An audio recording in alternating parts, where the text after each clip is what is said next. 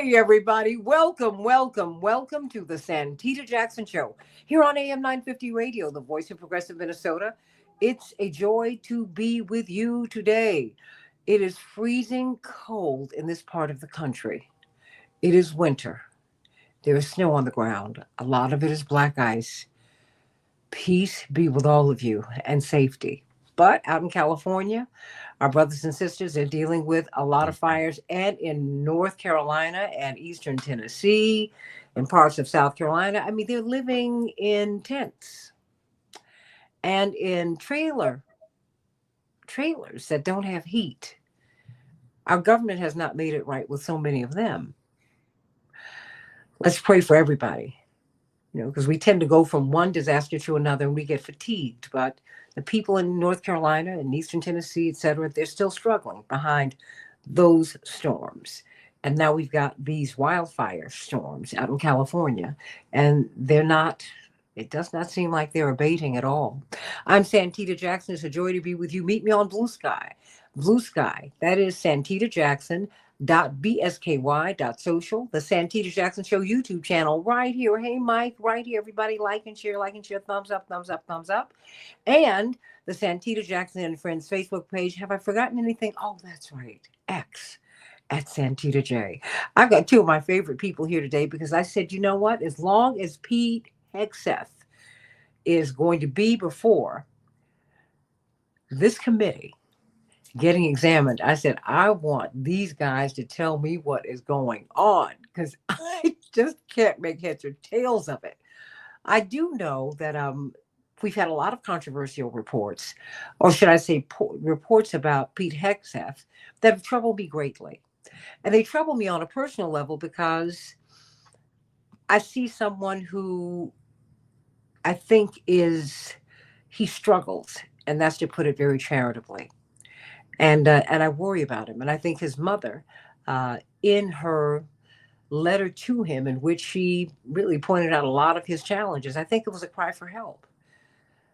But they are pushing this man to be head of the Pentagon. Do you want him to be there? Should he be there? Well, Matthew Ho, I got to know. And, you're part of the family here. I can't believe you're stateside. I'm sending you so much love today. I'm so happy, the Associate Director of the Eisenhower Media Center. I'm so glad that you are okay today, former Marine. And, of course, you have been, just one of my personal heroes. And I thank God for you today. And I need you to help me to understand who he is and what the Pentagon is, what they're looking for in leadership as this geopolitical landscape continues to shift. Is America as strong as it was? Are they seriously trying to be just a counterweight to this emerging power called China, half of the human race, quite frankly?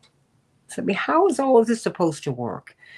I don't know, but I need you to help me to understand what we are looking at. And of course, we are so appreciative of your courage in really helping to present a lot of the flaws in our military. And not because you were just loyal to it, not because you were just loyal to America.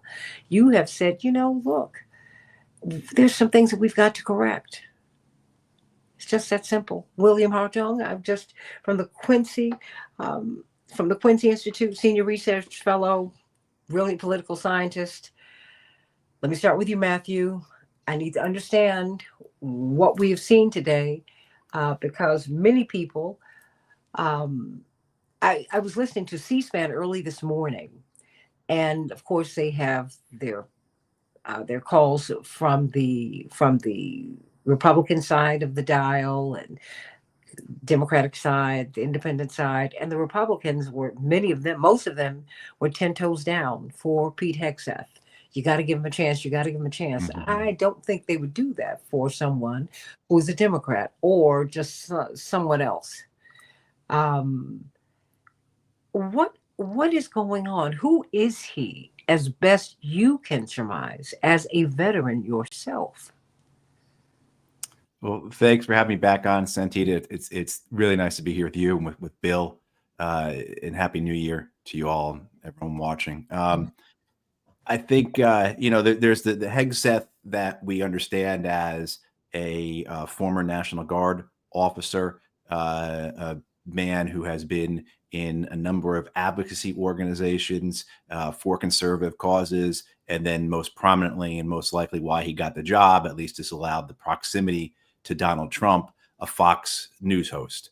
I mean, I think your framing of this and how you're looking at this is you're looking at this in a way that your lens is wrong, right? You're thinking, what could Pete Hegseth do for America? What can this guy, what does he bring, could do for the Department of Defense and for the American people? And that's the entirely wrong framing, right? It's what can this man do for Donald Trump? And I think that relationship is clear. There's a loyalty there. There's a commitment there. I mean, the number of times today, just in what I saw of the hearings, I didn't see all the hearings, where he speaks of Donald Trump in a incredible servile, obsequious manner. The commander in chief, he'd point off in the distance as if he's citing, right, some great figure on a hill someplace, and so I think that loyalty is what's being looked for. I mean, the danger of this man is I'm sure we'll get into all this, but the danger of this man is clear. This is a person who has a romantic fascination with war, a fantastical prefix of it that ties into his Christian nationalist identity. And so there's a degree of narcissism tied into a degree of righteousness that explains, to me at least, who this man is, how he's able to go forward as he does with various Christian nationalist, white supremacist tattoos on him, leaving behind just a wreckage of people, institutions, truth. I mean, so you look at this man, you could say only a narcissist who is emboldened with some type of historical and cosmic righteousness could be carrying out the way that Hegseth is. And of course, that is someone that will serve the Trump administration well. Because he's completely servile to the president-elect. And it's as if he cannot believe his luck at being chosen to head the Pentagon. Right. I mean, yeah. I never quite, because I don't even understand how he got nominated, quite frankly. I think it's just simply that this is someone who is going to be loyal. And he also has been utilized successfully by other conservative reactionary movements. He's run them into the ground. At least two veterans organizations, Vets for Freedom and Conservative Veterans America, he essentially ran into the ground, wasted all the money, caused all kinds of personnel distress, all kinds of people having to leave the organizations, people filing lawsuits against him for a manner of different things, right? As well as to his behavior, his public drunkenness, his anger, and so forth. And then there's the wreckage on the personal side. You cited the letter that his mother wrote to him. Obviously, a letter that was not supposed to be made public. Obviously, a letter that she probably wouldn't have written if she had known he wanted to be waiting for confirmation for Secretary of Defense. But a letter that was necessary at the time because of his violence towards women, his use of them, his brutalization of them, right, his ruination of them in a matter that was endemic. As a deliberate systemic way of life for him. And so this is the man who's coming into the Trump administration to head the Pentagon, an organization of well more than 3 million men and women in uniform, civilians, as well as contractors. The number's actually probably closer to 4. Bill could probably knows this better than I do, right? But, I'll just give my one cynical take if I can, and I'll let, I'll be quiet and let Bill, because I know Bill's got a lot to say about this, I bet. But, the U.S. military, and we know this because of the Veterans Administration. So according to the Veterans Administration, 1 in 3 women during their enlistment in the U.S. military will endure sexual assault, sexual harassment, or rape. So looking at that, looking at the fact that the U.S. military has done very, very little to take that on, maybe Pete Hegseth is the perfect candidate to be Secretary of Defense, right? Oh, I think they're having Matthew, they're having an honest moment. Yeah. He is the U.S. military now. Right, exactly. No, please, no, continue.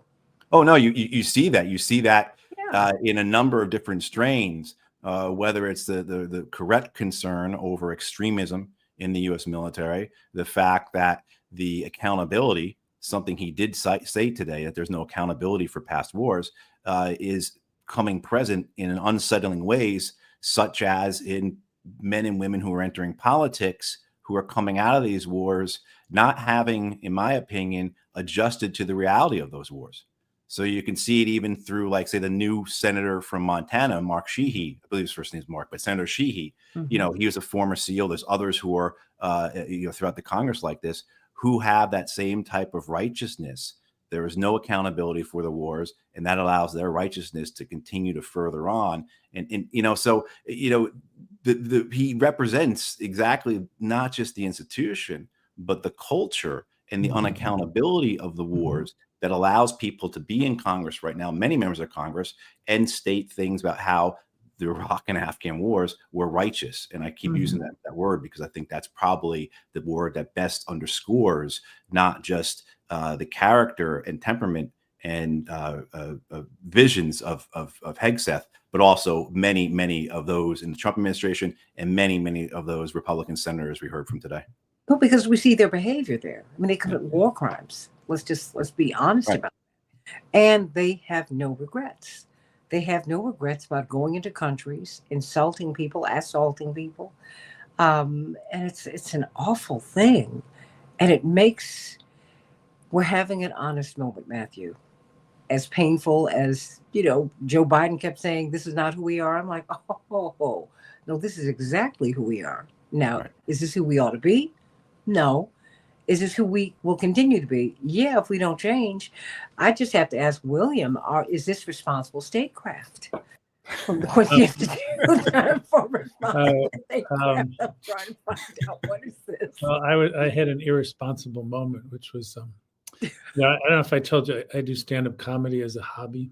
So when Trump came in the first time, I was trying to imagine the most ridiculous possible cabinet.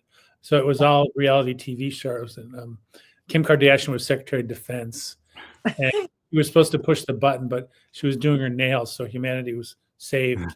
I'm thinking, could it get worse? Yes, this cabinet. He's got 3 Fox hosts. He's got Dr. Oz. It's like, on one level it seems hilarious, but underneath, of course, it's very dark. And I think Matthew captured it well. I was trying to sort of put aside Hegseth's personal conduct, but you really can't. It's one and the same with his political views. He supports, you shouldn't prosecute war criminals. He's in denial about sexual violence and racism in the military. He uses religion really as a way to cover all these sins, not to seek forgiveness, as far as I'm concerned. And I don't know, if somebody in the Democratic Party, littered, they wouldn't forgive him. But this guy, suddenly it's all one big happy family because he supports their views. I mean, they asked him, well, would you, agree with shooting protesters in the legs? He refused to say no. Undoubtedly, unlike some of the other folks around Trump last time, if he said, should I use the military to go against domestic demonstrators, he would say yes.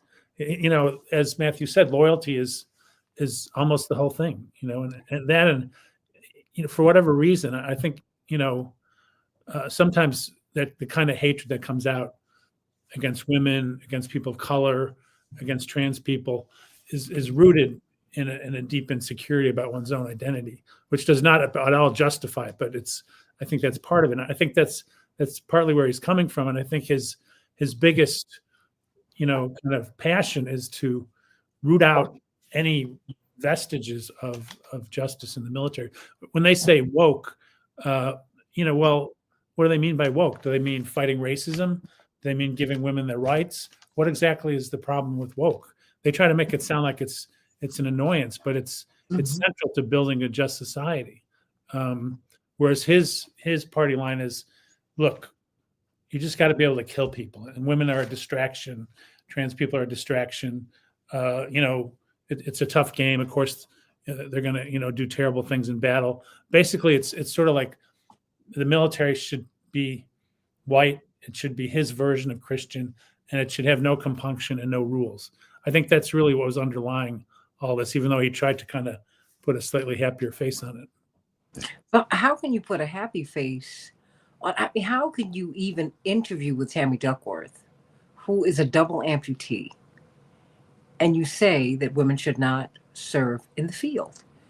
I mean, and you have these rape allegations, and you sign it, and they must sign NDAs, non-disclosure agreements. I just the things that the senators are going past, and quite frankly, the media, to me, they haven't dug down. They haven't. I mean, as soon as the first woman made an allegation against Bill Cosby, it was a CNN special. Yeah. It was New York, was it New York Magazine? All these women who made the allegations, they're on the cover. Me. They didn't do this with Pete Hegseth. No, it's a double standard of a huge proportions.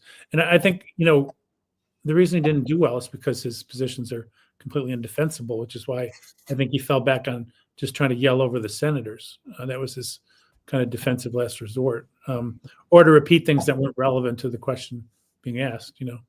But how do you think How do you think he did today?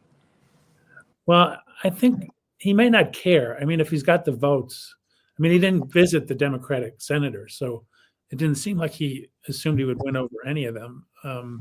Once in a blue moon, you'll get a senator who says, I will support whoever the president wants. Even some liberal senators would occasionally would say that.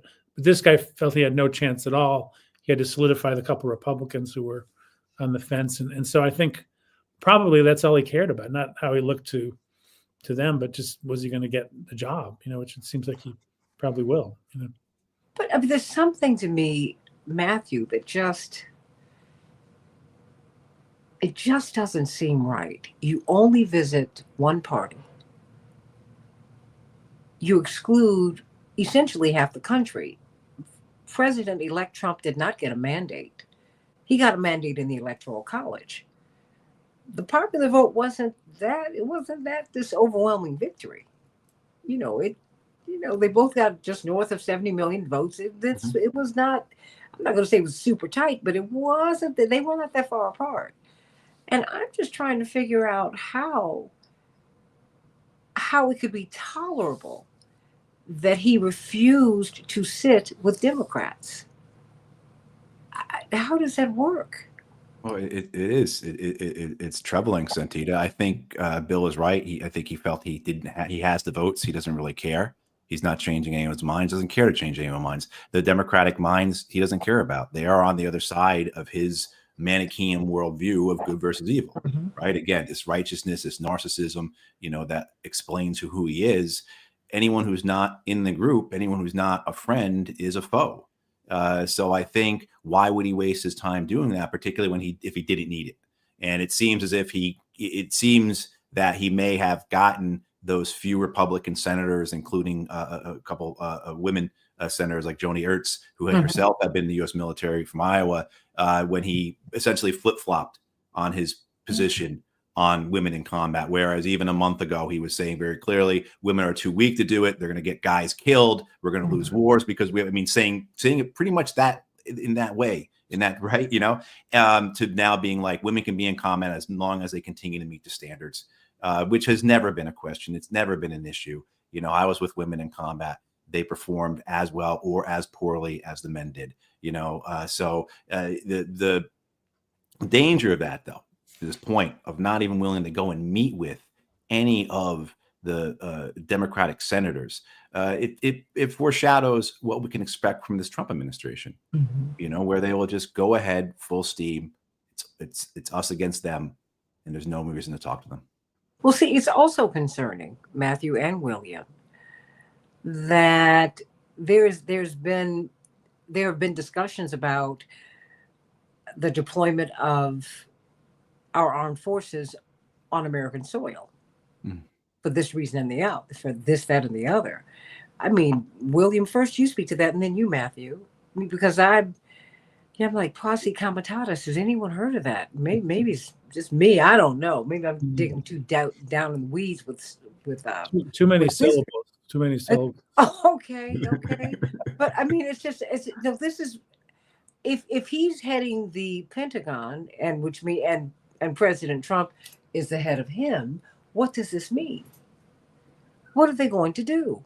Well, I guess it depends what the leadership of the uniformed military does, for one thing. There's this notion that the oath is to the Constitution, not to the person. I'm not sure what the balance is now in the leadership of what they believe about that. Because he was infuriated when people like Milley and others, even Esper, who had views of profile and courage, said, you can't, this is one step too far.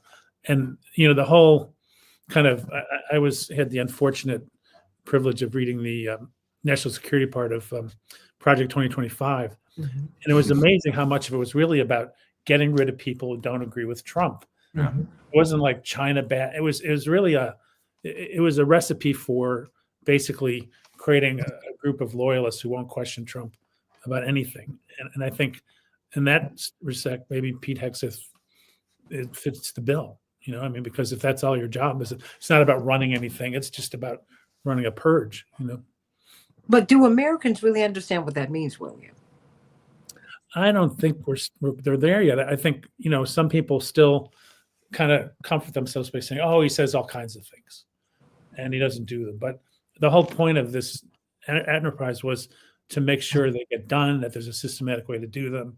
And that's Project 25 wasn't just on paper, it was recruiting people to carry out that agenda. So I think this is a different fight than it was last time. I was at last year was the centennial of James Baldwin's birth, and I was at a panel on public intellectuals, and there was a Palestinian woman, and when she speaks truth to power, she gets death threats. There was two professors of color. They speak truth to power. Their jobs are at stake. I'm this, old white guy holed up in Manhattan. If I do it, they call me names like, oh, you're pro Putin, you're pro this.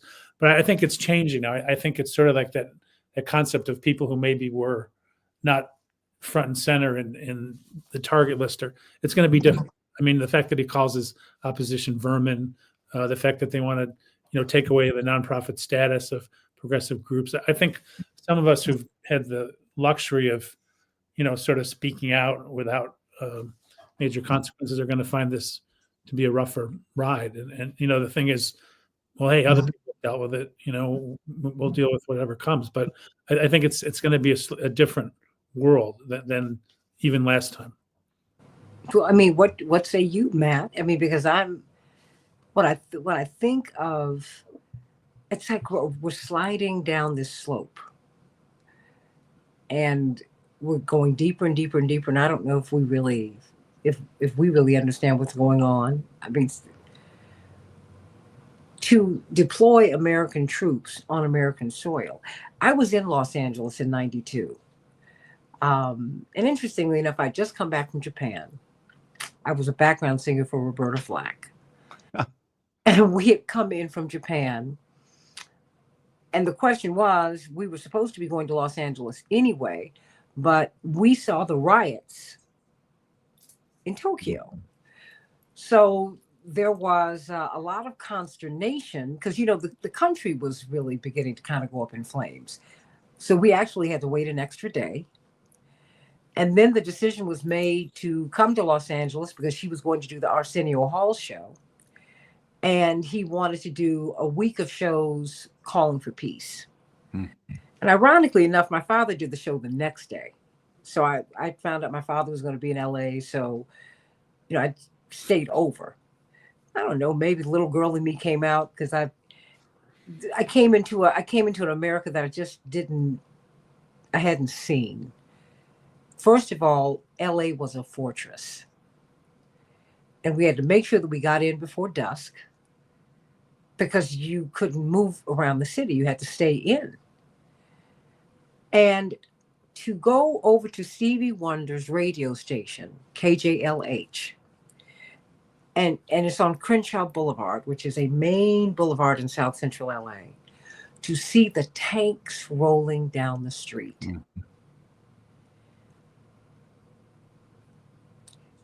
It makes me want to cry now. I mean, I just burst into tears. I was like, this is my country.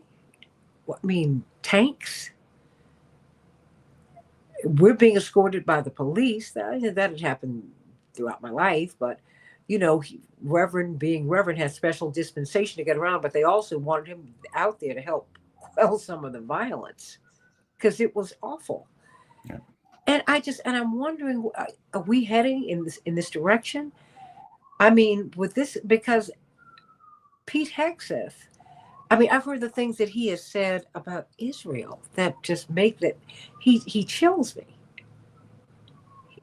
I mean, I don't fear anyone, but he's frightening to me. Yeah, and he should be. He should. That's a legitimate, genuine, valid fear that you have, Santita.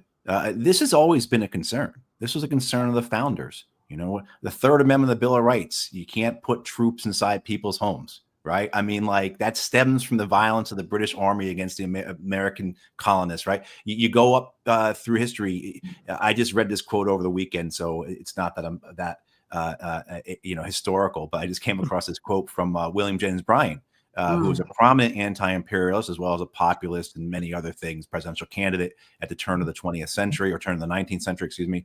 And Brian, this is why we can't be an imperial nation, why we should not be an empire, because then we will have a large standing army. And then what happens? They will use that standing army against us, against the factory workers, against the farmers, against the miners. And sure enough, what happened in the decades following that statement, Brian, the army was used continually over and over against striking workers, against the coal miners, right? I mean, we saw this the year before I was born, 4 dead in Ohio, right? Killed by National Guardsmen, by American soldiers. We've seen this before. We could do a whole lecture, right, on where the American military has been used against the American people. So the precedent is there. The ability for them to do it is there. You're witnessing at that point, the meaning of the American military coming onto the streets is to kill, is to exterminate, is to end whatever is going on. That is the absolute far end of the power of the state. And when that's brought in, that means there is absolutely no room for democracy. And so the fact that this is being put up front when there aren't riots on the streets, when there aren't things that they can point to, and so at best they can point to is a group of college students sitting in some campus someplace who are rightfully and justly protesting the genocide in Gaza, which we are complicit with, right? That's the best they can point to. So they're already talking about bringing in the most extreme measure possible, the most anti-democratic possibility, right? The military, because that ends it, that kills it, that exterminates whatever the opposition is. And the one thing I will say about the generals is I was in the Pentagon in 2002, 2003. And if people remember, in the run-up to the invasion of the Iraq War, you had General Eric Shinseki, who was the chief of staff of the army, so the highest officer in the U.S. Army, commander of the U.S. Army. And he disagreed publicly with the Bush administration, particularly with the Secretary of Defense and the Deputy Secretary of Defense, about what the Iraq War would look like in terms of how long it would take, how much it would cost, how much, particularly how many troops would be there. And he was essentially sidelined. They couldn't fire him, but they let him retire 9 months later or so. But they sidelined him. They silenced him. They humiliated him. Yeah. Head of the army, and they humiliated him in front of the entire U.S. military. And the generals took notice of that. And so how many generals, even though, many of them now would say offline, the Iraq War was a mistake, I was against it, et cetera, how many of the generals stood up against that war when they could have? None did, of course. And one of the reasons why is because they saw what happened with Shinseki. So same power is there for Trump and Hegseth to do what they want. And a real test is going to be, Santita, is going to see what happens to C.Q. Brown, the current chairman of the Joint Chiefs of Staff, Black American Air Force officer. The chairman served for 2-year terms, and almost always, with few exceptions, they are brought in for a second term. So I don't think you would see C.Q. Brown getting fired right away. But if these people are serious in the fact, whenever they see someone like C.Q. Brown or yourself or whoever, that this is a DEI hire, you hear this hateful, racist rhetoric ad nauseum from them. We'll see how serious they are by the way how they handle General Brown and whether he's nominated for a second term as the chair of the Joint Chiefs of Staff. I mean, his hateful rhetoric is writ large. Yeah. Matt and William. It just. But what does this say about where we are right now? Well, I have some thoughts. I mean, Matt is deep. I'm not. I have a historical quote. I don't know where it came from, which is, you can have an empire or a democracy, but you can't have both. And I think that's part of what we're seeing. The other thing that troubles me is a lot of the press, even not that they always lean towards Trump, but they treat this as normal. Like he says, I'm going to invade Greenland. There's an article about, well, what would that cost? Not like that's completely insane, but well, gee, what would that cost? And oh, this guy 82 years ago also said that. Like it's sort of like it doesn't make sense that they don't have another frame to look at this in. And of course, the flip side is that there's there's consequences. I mean, Jeff Bezos, was on his bad side, and then he decided not to endorse anybody, and then he's going to give $1 million to the inauguration, and then cartoonist, is sacked because she points out that he's tight with Trump. So, here's this, one of the richest people in the world has a powerful media outlet. He's basically bending the knee, to Donald Trump. And, I think there's going to be a lot of that, unfortunately. But, whenever we've managed to resist this kind of thing, some people stand up, and the people who stand up inspire other people to stand up. And there's kind of a wave. And I don't know the best way to do that in this environment where people don't hear each other, because the media environment is fractured. There's a lot of dis and misinformation. I think it's almost like you got to go back to like the old days. Like you talk to people in person, where you can actually have a conversation. You can answer questions. You can, I'm all for social media as like a hello, I'm here, but not as an educational tool. And so yeah, we don't know what's going to happen. I have to say, I have energy for the fight just because. We can't let them get away with this. I mean, this is absurd.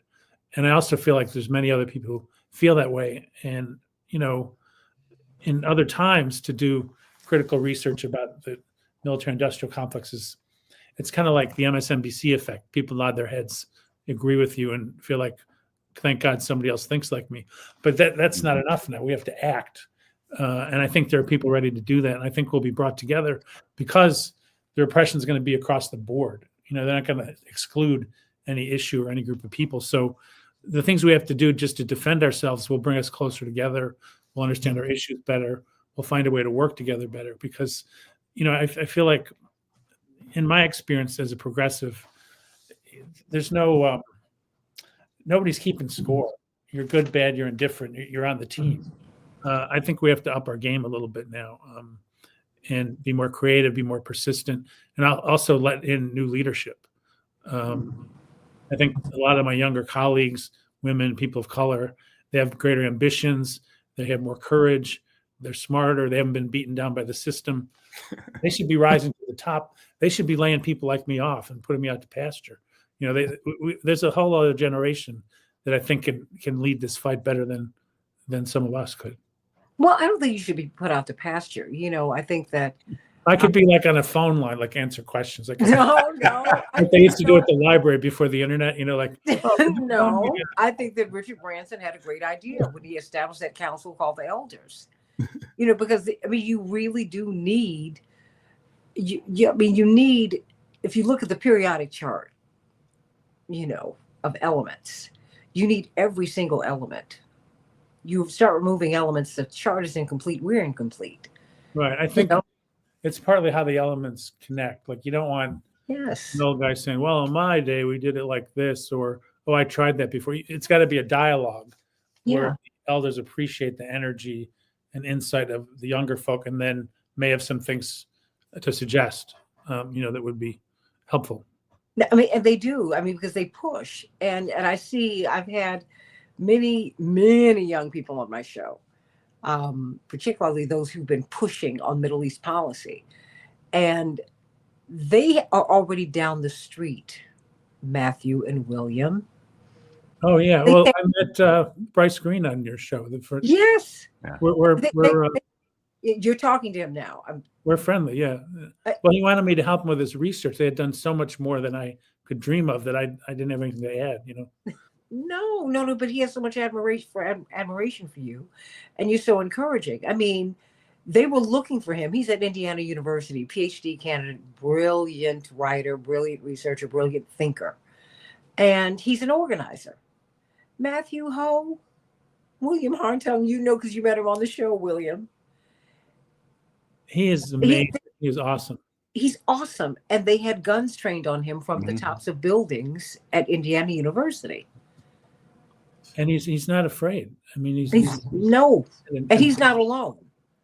And he's already looking at the bigger picture that Gaza is a crime. It must be stopped. But there's this larger structure of universities supporting the whole military system. And that's what they dug into. They found this Naval Warfare Center that had close relations with Indiana, cycling professors through there. And people didn't even know about it because it was happening at a distance. Now there's a whole campaign to disconnect them from the campus. So it's, my hope is that the Gaza movement some people will stick with it for the long term. Sometimes people, they get discouraged because change is hard. And the initial parts of a struggle are inspiring. It's fun. But if you don't win after a year or two and you got to regroup and, you'll lose some folks, but he's not one of them. He's going to be a leader, Absolutely. As the guns are trained on him. They had helicopters and they had sharpshooters from the buildings at the university, and they were describing him. If you see him, he's the guy that you need to take out. And then they suspended him. Well, they didn't suspend him. They banned him from campus. So that he's like, wait a minute, he's in his PhD program. I mean, these are the things that they're doing now. And, and thankfully there is pushback. There is pushback. I'm watching people push back. But the temerity of people, when I look at Mr. Ackman, who pushed Claudine Gay out at Harvard, but his wife was guilty of perjury at MIT. And and DEI is a dirty word. And affirmative action is a dirty word. I'm like, wait. One of my dear friends, his daughter, he was trying to get his daughter into an Ivy. I got into the Ivies, and he said, well, and this is one of our dearest friends, may he rest in peace. He said, oh, but you were an affirmative action baby. I said, you darn tootin'. I said, affirmative action means I met the baseline requirements. Now, unlike legacies. I said, now more than that. I said, now I'm a merit scholar. Is your daughter? I wasn't being nasty. I was just keeping it 100, as they say, right? But he knows. Right. It's interesting to see what people do when they get there. I mean, the few times I've taught, the students are still sort of entitled to almost nothing. And then there'll be somebody working their way through college. They work hard. You see progress over the course of the semester. They appreciate the opportunity. Whereas the other folks, it's like, well, I'm supposed to have this. And they don't really do much, except, take up space. But, the people who've changed the country, the people who've maintained the oligarchy and this, the status quo, they come from there. They don't, but the people who have made the changes, they don't go there. They don't. And unless, Dr. Carter G. Woodson, who wrote The Miseducation of the Negro, said that Harvard has ruined more great black minds than bad liquor.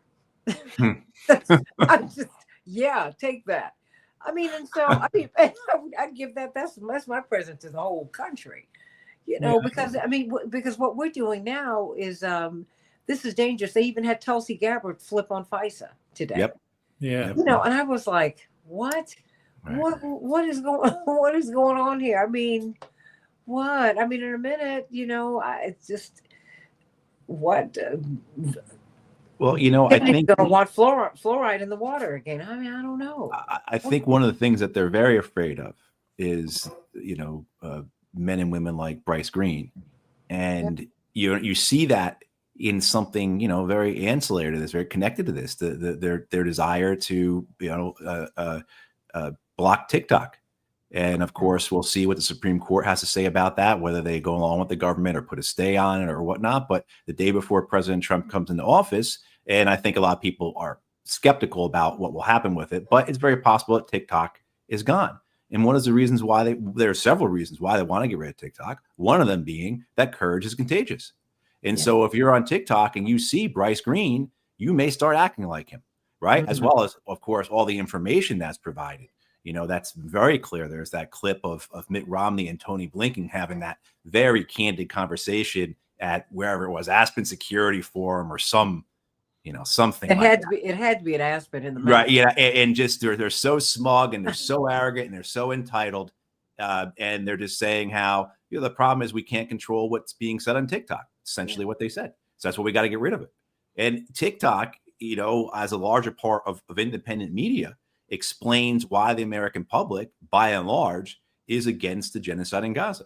Which is remarkable, because if you look at the American corporate media, right, and you look at all of our nearly all of our politicians, including many progressives and almost all libertarians, you see that they're just echoing Israeli talking points about what's occurring there. And so to have, even as early as December of 2023, 55% of Americans in favor of a ceasefire, right? By the summer, majority of Americans say the United States should not militarily support Israel. I mean, how did that happen with our corporate media and our politicians in lockstep with the Israeli talking points? It's because of independent media. It's because of alternative media. It's because of TikTok. It's because of people like you, Santita, and they're deathly afraid of it. And how does this tie into Pete Hegseth? Well, Pete Hegseth, as the Secretary of Defense, the National Security Agency is a Department of Defense organization.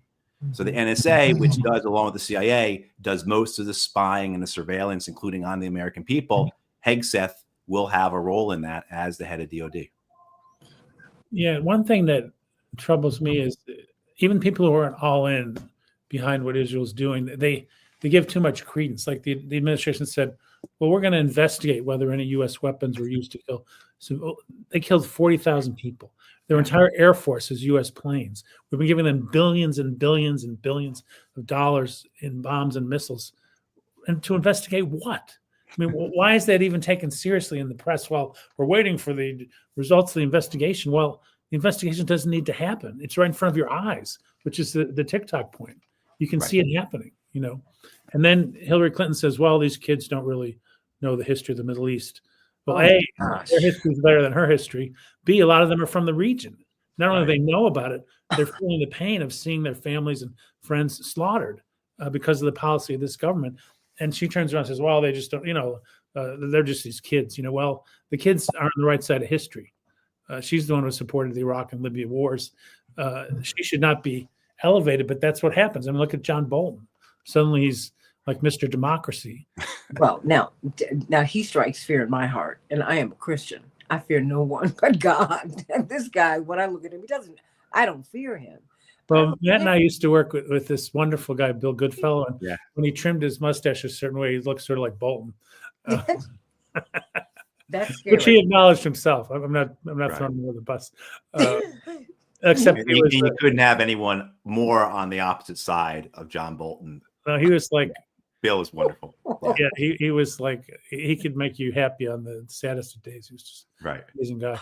Still is.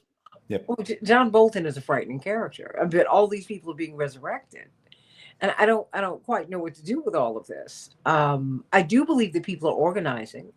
I think that's a good thing, and I can only look over your shoulder, Matthew, and see Julian Assange, and really I'm heartened by him because his courage, and you.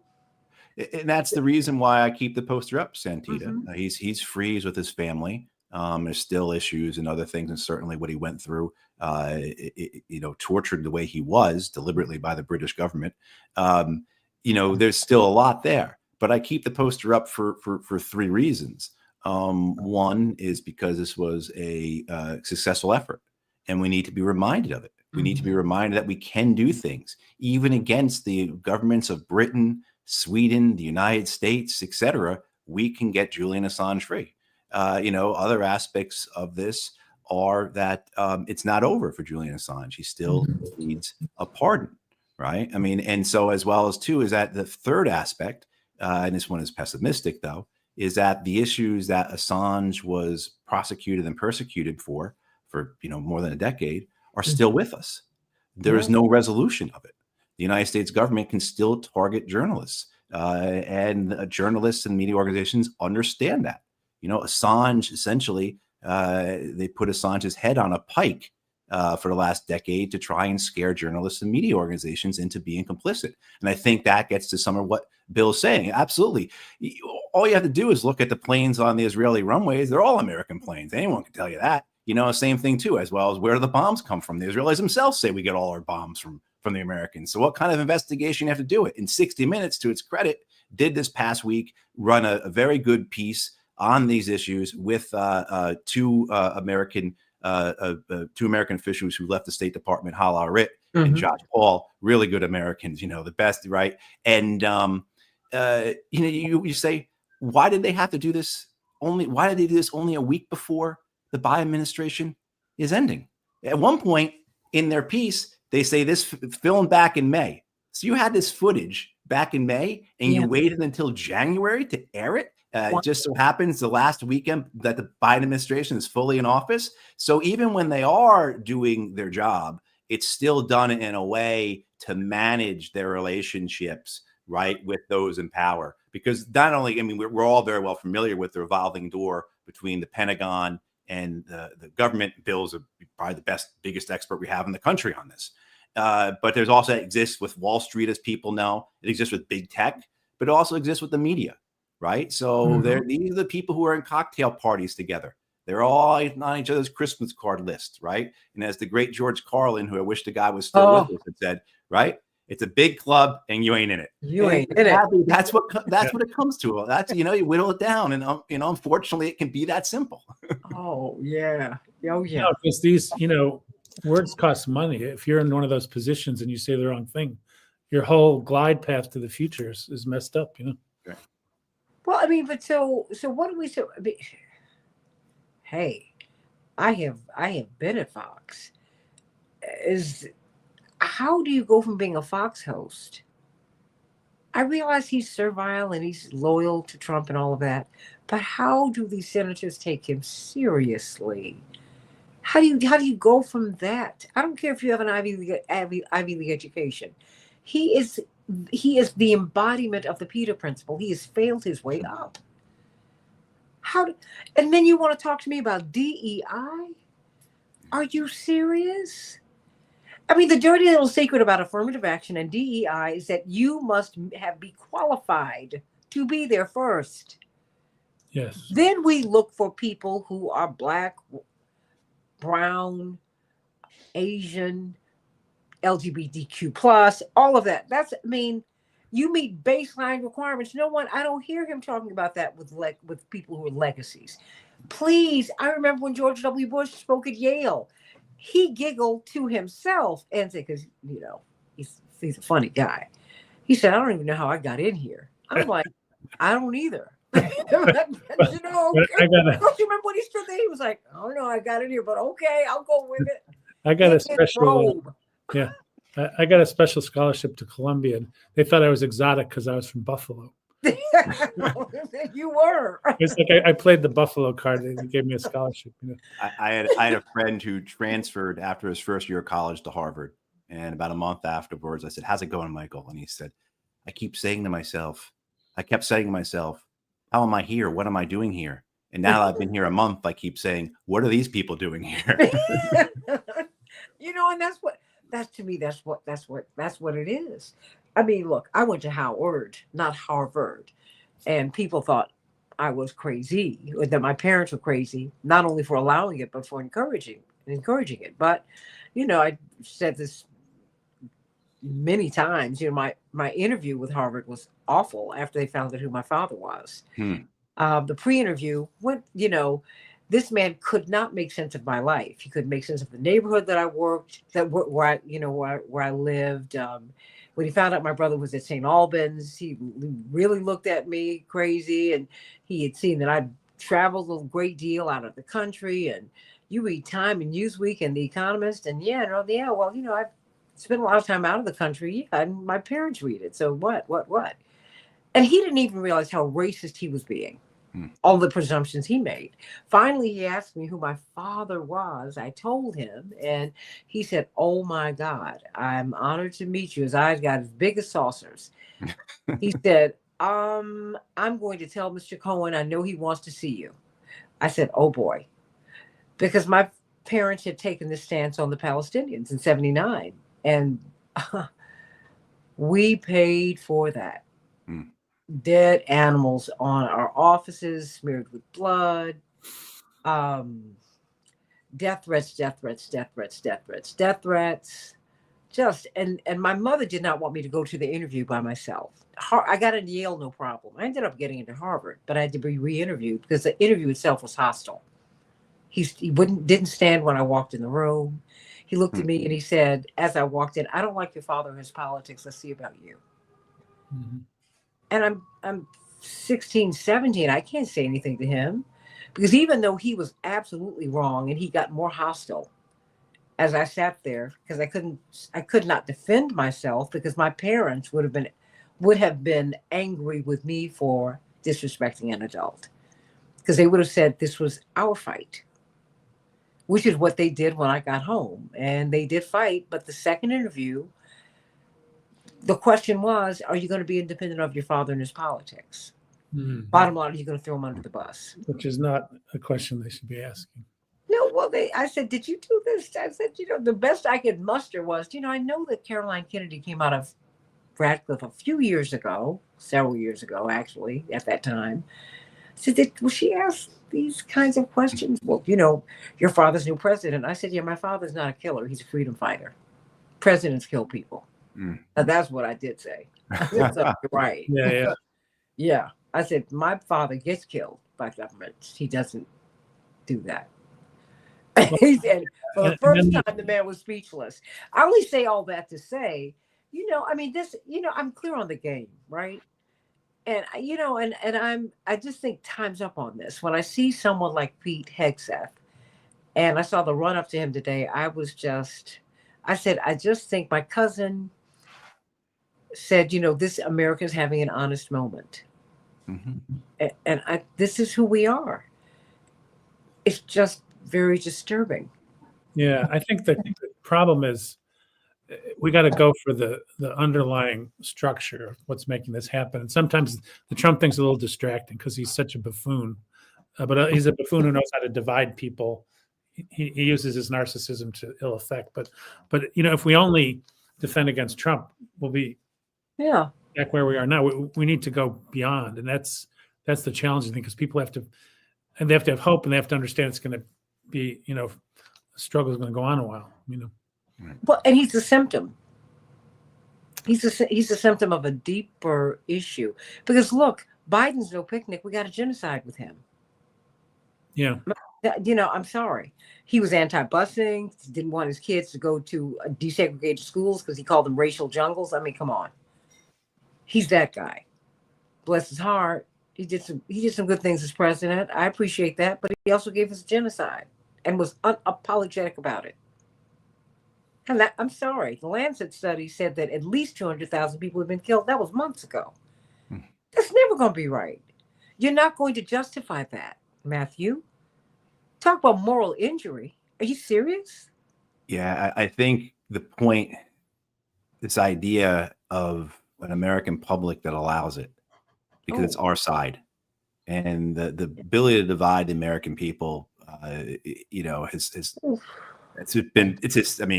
not the only country to do this, of course, but the special manner in which the United States has been able to divide its people in half, right? Yeah. Red versus blue, Republican versus Democrat. They had a few different names back in the early part of the 19th century, but essentially this idea that they're willing to forgive their side, right? Yeah. So you see this over and over again, just a very a partisan, tribal type of understanding. And it's what was called there's a sociologist in the 50s who termed this as the higher immorality, the willingness of the American people to forgive their elites for being immoral, because that's what they do, right? And so I think watching today, conservatives, people who supported Donald Trump, there's no way you could sit there and watch Pete Hegseth, particularly people watch what Tim, he handled his time with Tim Kaine or with Mark Kelly, and just the way he just says these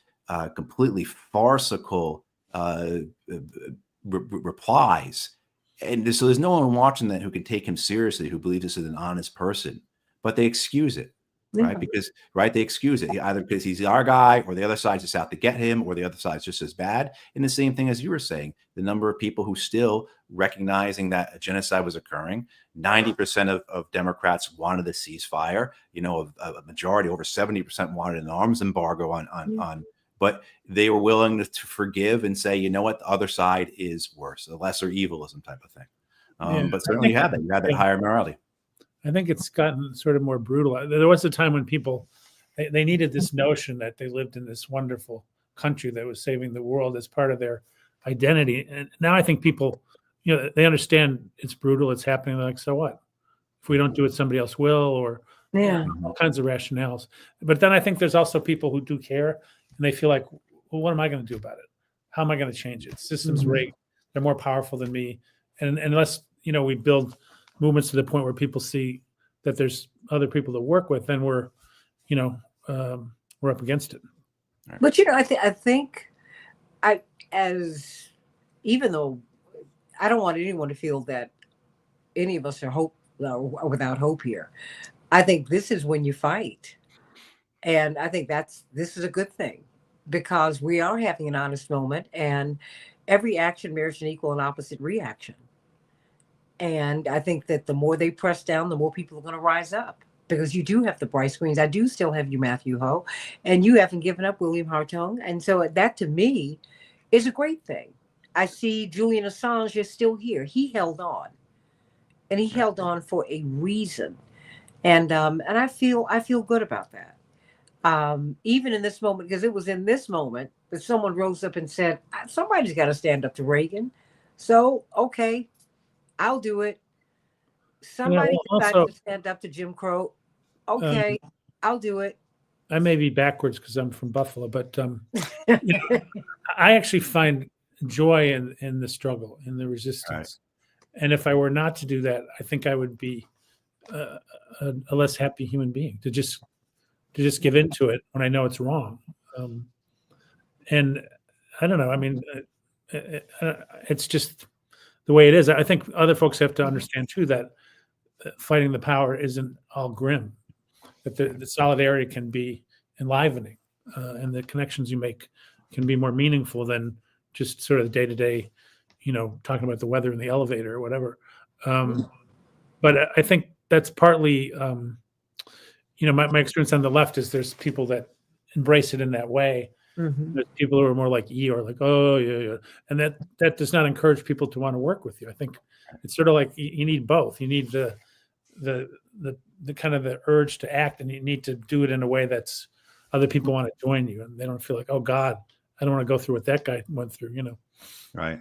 I mean, one of the things with why do we resist? Why do we act? Is because there's no alternative. Right. I mean, and why do we do these things? It's not just essentially for us. I mean, that's not the case for me. I know it's not the case for both of you and for all the people listening. It's for those we love. It's for our communities. So again, what are the choices we have? What's the alternative? And I heard this. I was in Palestine in November, and the young Palestinian woman who spoke about radical acts of hope. And because when you're talking about Gaza, the genocide, that's all there is. Mm-hmm. And what are these radical acts of hope you're talking about? And she talked about, and this is heartbreaking, but she talked about the farmers who still went out into the fields to try and get food for their people, and the Israelis murder them. The Palestinian fishermen who go out from Gaza trying to get to bring food back, and the Israelis murder them. The school teachers, right, who try and teach the children and who are murdered. The municipal workers who try and get the water turned back, the sewage shut off, and who are murdered. Those are radical acts of hope, because what other choice do you have? We have to do this for those we love, for our communities. Hope, and the act of acting on that hope is ultimately about protection as much as about change. And so we have no alternative. And you know what? If we're not successful, then at least we've gone down swinging, right?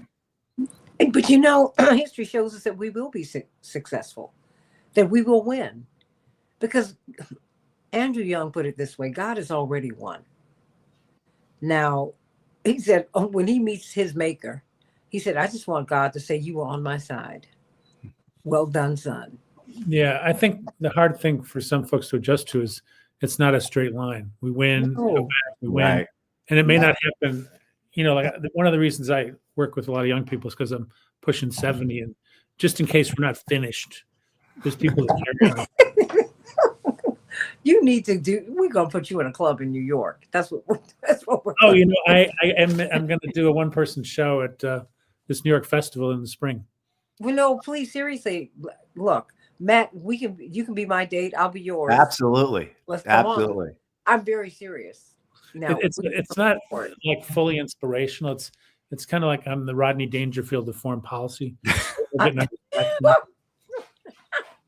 Well, that's what I want, and that's what we need. I mean, because that's where, the genius of George Carlin and Richard Pryor and Lenny Bruce. I mean, these are people who, the truth tellers, right? Who could make us cry, but they made us laugh. They gave us joy. What did Stevie Wonder say? You can find joy inside your tears. We can do that. I have a whole thing about me giving non-answer answers on CNN. What a bunch of bullshit is, and they just said I was above average for a CNN pundit. They gave me a contract, they asked me how to solve Ukraine. I said, I don't know, only time will tell. What kind of answers? They're like, good enough. Yeah, let's put it to the payroll. Pay him. I want to get some closing thoughts from each of you before we go. I'm almost afraid to ask William. I'm afraid. No, I'll stay on the straight and narrow. No. Do whatever you want to do. I'm with it. I'm here for it. Go ahead, Bill. Yeah, well, I think we have to speak truth to power, but we also have to be welcoming of folks. And I think, a lot of my younger colleagues sort of feel like their views aren't respected. We have to embrace that. And the other thing is the change is not going to come about because of think tanks in Washington or these kinds of, narrow nonprofits. It's got to be a people's movement. And so I'm trying to make people understand that even if you can't work at that little think tank in Washington, it should be part of your life working on this stuff. Yeah. I know one was a wonderful writer, probably isn't going to find the next step in Washington. She moved home to Wisconsin, but I'm urging her. She's a brilliant writer. I've learned a ton from her.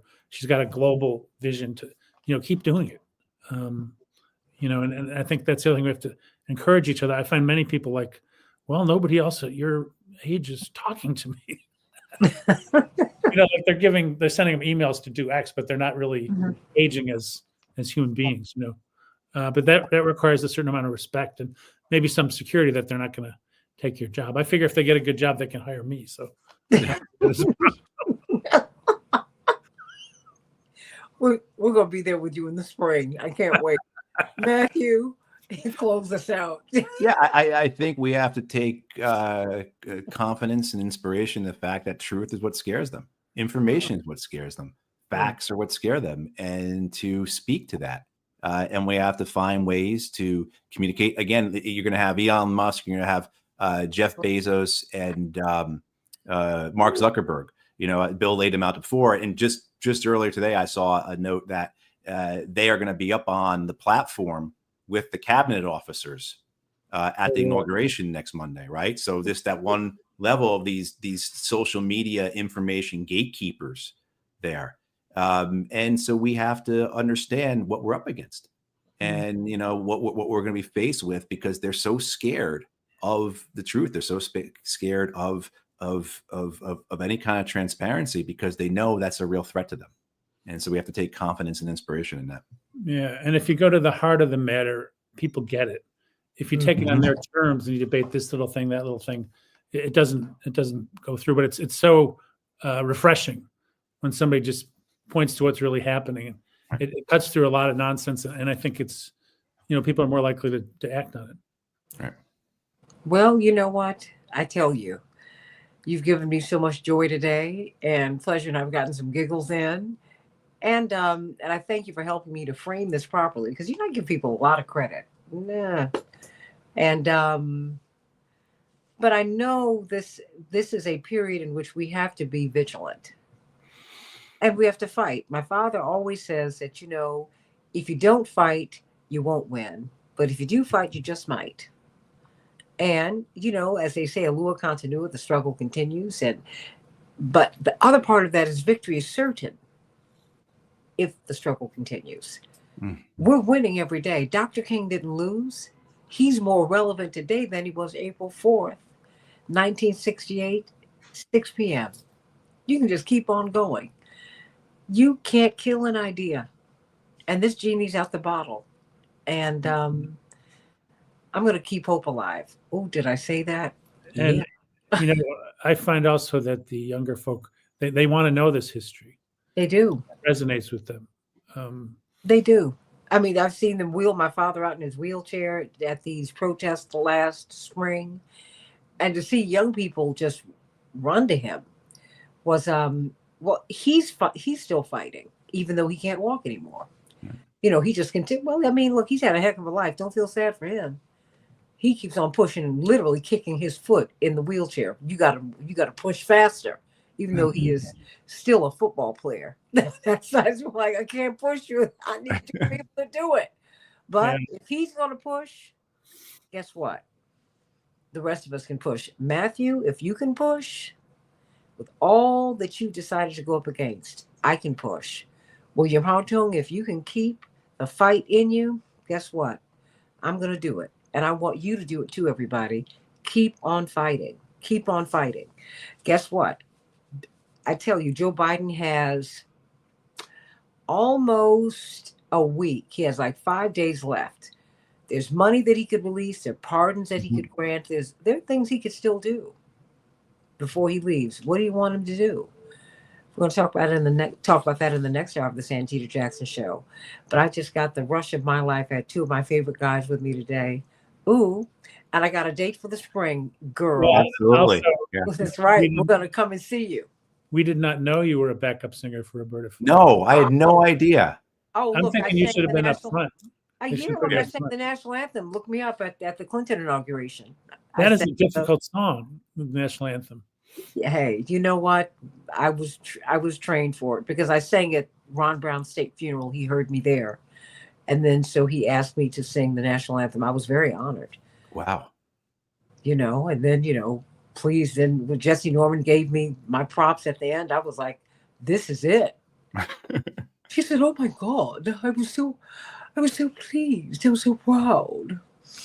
And you went to Howard too, yes. I said, but I didn't study music there, unlike you. So there you go. I did sing in the chorale though, but there you go.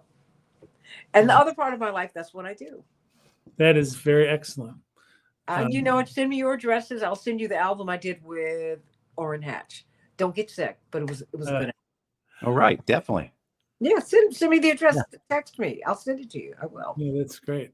That's really great. So I'm sending you much love. I'm gonna hop on over to the next hour. Much love, Matthew. We got a date for the spring. I'm looking forward to it. Bill, get us the time and location, please. Come on now, have some fun. I got to up my game in this show now. Yeah. Come on, it's gonna be big fun. We're gonna be sitting there cheering you on. Come on now. Well, most of my friends give me credit for doing it at all, and if I bomb, they like it. You're not gonna bomb. It's gonna be hold it over me for the rest of my life.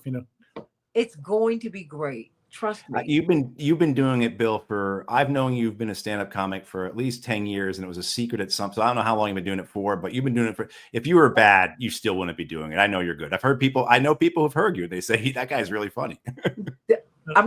We're gonna be there. So I'm it's funny to do it now because like it's mostly younger folk. And sometimes I tell them how old I am. I get a standing ovation. And so I'm like, yeah, I'm surprised I'm here too. Thanks. It's going to be great. I can't wait. I'm sending you all so much love. All right. So we got work to do too, but we'll enjoy it along the way. Oh, thank you so much. This was so wonderful. Thank you. I really do feel better now. Good. Because I was not happy. Santita Jackson, sending you all so much love. Bye-bye. All right. Bye. Good night. Good night.